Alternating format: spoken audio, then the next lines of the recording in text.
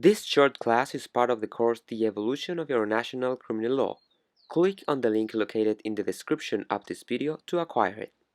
In this annex, we will discuss the doctrinal position that the United States has maintained in its international policy regarding the establishment of the International Criminal Court. I have chosen to address this topic because it is crucial to understand the legal and political philosophy reasons that led this nation to not submit to the Rome Statute of the ICC. Nowadays, and in recent history, the United States has been involved in multiple armed conflicts in which it is possible to identify behaviors on various sides that fall under one of the crimes defined in the Rome Statute.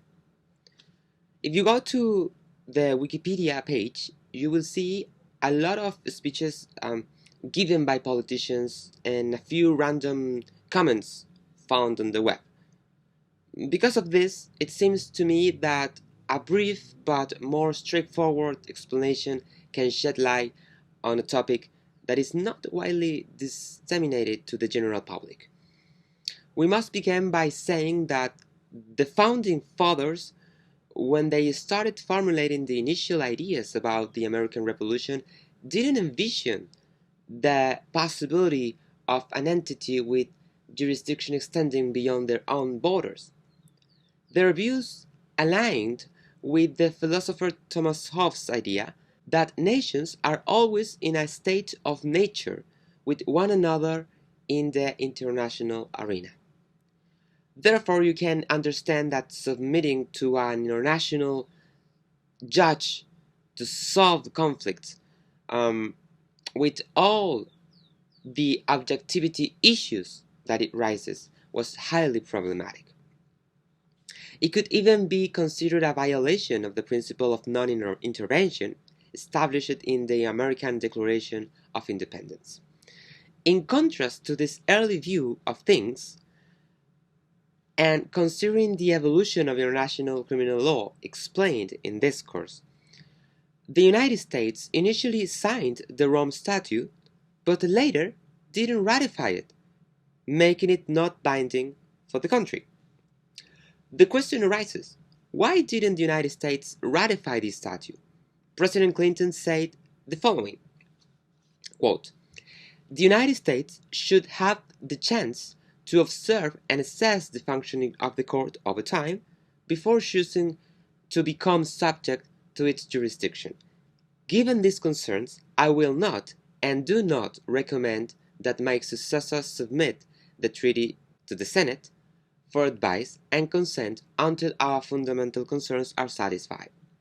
Nonetheless, signature is the right action to take at this point. I believe that a properly constituted and structured international criminal court could make a profound contribution in deterring egregious human rights abuses worldwide, and that signature increases the chances for productive discussions with other governments to advance these goals in the months and years ahead." So, what was Clinton's perspective then? Although he expressed it diplomatically, the underlying truth is quite simple. The United States is one of the most powerful countries in the world and is not inclined to ratify treaties that could affect its sovereignty and jurisdiction, handing over those powers to an entity whose effective functioning remains uncertain in practice. When Bush came to the White House, he made it clear that the United States will not ratify the Rome Statute. It's important to consider that around this time, the issue of the war on terror was in the spotlight, and the conditions were not conducive to accepting a statute that could potentially be used as a bureaucratic weapon to prosecute American citizens involved in the war. This was especially significant given that the policies of American intelligence agencies included matters like violent interrogations, torture of detainees, etc. It is clear that the United States was not the only country facing problems or expressing skepticism about the work that the International Criminal Court could perform. For instance, in 2001, shortly after the ICC's ratification, the British also voiced serious doubts about granting jurisdiction to the court. If we look back to the Clinton era, his position might be seen as somewhat inconsistent. He was one of the main proponents for the creation of the International Criminal Tribunal for the former Yugoslavia and the International Criminal Tribunal for Rwanda. Furthermore, during the PrepComs, that we discussed in this course, by the way, the United States was not just a passive observer.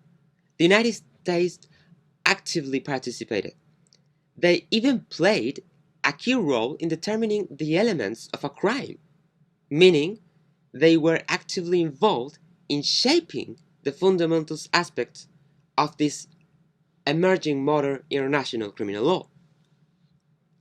However, it should be noted that the United States always had two essential concerns. One, the independence of the prosecutor, and two, the jurisdiction of the court. The concern of the United States lay in the fact that an independent prosecutor could easily become subject to the politicization, especially by superpowers. Within the American political spectrum, those most inclined to criticize the International Criminal Court are Republicans and Libertarians, simplifying the matter where the tendency is for the right wing to oppose it and the left wing to approve it. Libertarians have frequently criticized the International Criminal Court, considering that the treaty establishing the ICC is unconstitutional as it affects the legal protection of Americans. But there was a fundamental point, and that was the reality of the United States in recent history. The United States has troops deployed around the world, and it is natural for them to want to avoid becoming part of an institution that could turn into a political forum. This forum could not only challenge the decision of top US officials, but also subject them to criminal sanctions for their conduct. Whether the fact that the United States has troops deployed worldwide is viewed as negative or positive is not something I'm affirming here. It is what it is. And understanding it requires a deep study of American foreign policy, which is a separate matter beyond the scope of this brief discussion. To conclude this brief annex, if we look back to the end of World War II, we can see how the United States was indirectly involved in armed conflicts just as the Soviet Union was. This was part of the well-known dynamics of the Iron Curtain, as described by Churchill, and it was a product of the Cold War. However, when the Berlin Wall fell and the Soviet Union disintegrated, what kept the United States militarily deployed around the world? There were still threats that justified. Politicians debated this issue throughout the 90s, but uncertainty and debate took a significant turn after the 9/11. This milestone marked the beginning of the War on Terror, and at that point, the United States had no doubt. Becoming a part of the International Criminal Court in those circumstances was impossible. It would have become an insurmountable barrier to waging a war without bureaucratic pressures.